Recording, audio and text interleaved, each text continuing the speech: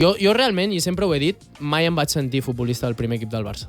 Per O sigui, què? jo sempre sentia que era un nano del B, Clar. que tenia la sort d'estar amb el primer equip, d'entrenar. Vaig estar un any i mig pràcticament entre cavall del B i el primer equip i estant en fitxa de primer equip, però jugava molt poc. Això és guai per un jugador del Barça? no, és lo pitjor. No ho disfrutes, És el pitjor perquè entrenes amb el primer equip, però després al cap de setmana tampoc et volen per jugar amb el B. Clar.